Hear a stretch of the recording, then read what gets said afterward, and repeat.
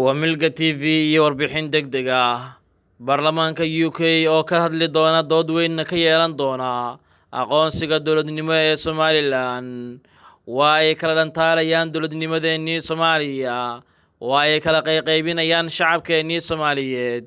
Weli si maskaxaysan ayay noo gumaysanayaan. Warshaar gareeya oo ka dhiidhiya cadowga dowladnimada Soomaaliyeed iyo kala dhantaalida oo ku hayo wadajirka iyo midnimada shacabka Soomaaliyeed. Waa maxay sababta xilligan keenaysa in Ingiriiska uu ka shaqeeyo in Somaliland dal gaar ah loo aqoonsado? Maxay tahay isbeddelka jira? Waa maxay damacooda iyo qorshaha ay leeyihiin? Si guud ayaan u falanqayn doonaa, balse marka hore saaxiibayaal si share gareeya muuqaalkan oo like na saara. Nagu soo biira oo follow dhaha page-keena Facebook ee Milga TV si aad u hesho xogihii ugu dambeeyay ee guud ahaan Soomaalida iyo caalamka. Waa hagaag aynu ku horumarnay. Baarlamaanka UK ayaa si weyn uga doodaya madax bannaanida Somaliland iyo in dal gaar ah ay noqoto. Baarlamaanka UK ayaa talaadada beriyaha lagu wadaa in muddo kooban uu dhageysto dood ku saabsan madax bannaanida Somaliland, taas oo uu soo gudbin doono xildhibaan Gavin Williamson oo laga soo doorto koonfurta Stonebridge. Dooda oo ah mid uu mudanaha ku soo gabagabayn doono fadhiga maalinta beri ah ayaan la filaynin wax go'aan uu ka gaaro baarlamaanka waddankaasi. Ma aha markii ugu horreysay ee baarlamaanka UK uu dhageysto dood ku aadan aqoonsiga Somaliland oo sheegtay in 1991 ay ka go'day Soomaaliya inteeda kale. Bishii December 2019 ilaa 11 xildhibaan oo u badan xisbiga Labour-ka ayaa gudbiyay mooshin ah in baarlamaanka UK uu aqoonsado Somaliland maadaama ay ahayd maxmiyad ay Britain xukumi jirtay.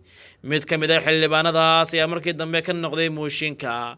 Sidoo kale golaha deegaanka ee magaalooyinka Cardiff, Sheffield iyo Birmingham ayaa hore u shaaciyay inay aqoonsan yihiin madaxbannaanida Somaliland, walow taasi ay wax badan soo kordhin. Haddaba muxuu yahay go'aanka dowladda UK? Xukuumadda Britain ma aqoonsana go'aansiyada Somaliland sida marar badan ay sheegtay. Hase yeeshee markan go'aanka baarlamaanka waddankaasi dhaawac weyn ayuu ku keeni karaa midnimada iyo wadajirka Soomaaliya iyo go'aanka xukuumadda UK oo caalamka ka gadi karto in Somaliland la aqoonsado. Vicky Ford oo ah wasiir UK u qaabilsan arrimaha Afrika ayaa bishii November 2020 sheegtay in UK ay Somaliland aqoonsan doonto oo kaliya marka ay go'aan noocaas gaaraan Soomaaliya iyo dalal kale ee Afrikaanka ah. Wadahadallo u dhexeeyay Muqdisho iyo Hargeysa oo looga arisan lahaa arrinta Somaliland ayaa dhowr jeer dhacay, inkastoo aan wax weyn soo kordhin.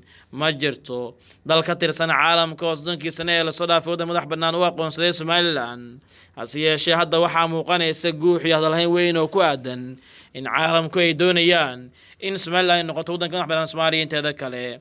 Qorshahan waxaa si weyn uga shaqeynaya UK, Mareykanka, Faransa iyo wadamada midowga Yurub, kuwaas oo raba in ay ka faa'iideystaan kheyraadka dhex eegaaga Somaliland iyagoo kaga faa'iideysanaya in caalamka ay ka dabageynayaan wax u qabanayaan dadkooda, kheyraadkoodana ay ka xadayaan. Hase yeeshee waa mid kale lagu kala dhantaalayo midnimada iyo wadajirka ummadda Soomaaliyeed.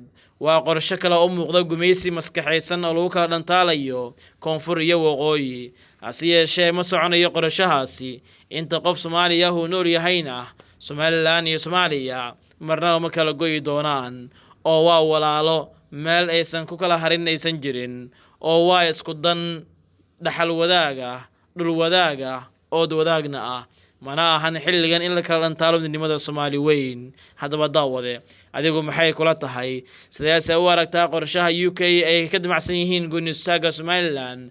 Fikirkaaga iyo waxa ay kula tahay daawade ku reeb qaybta commentiga. Tan iyo kulan dambe, nabadgelyo.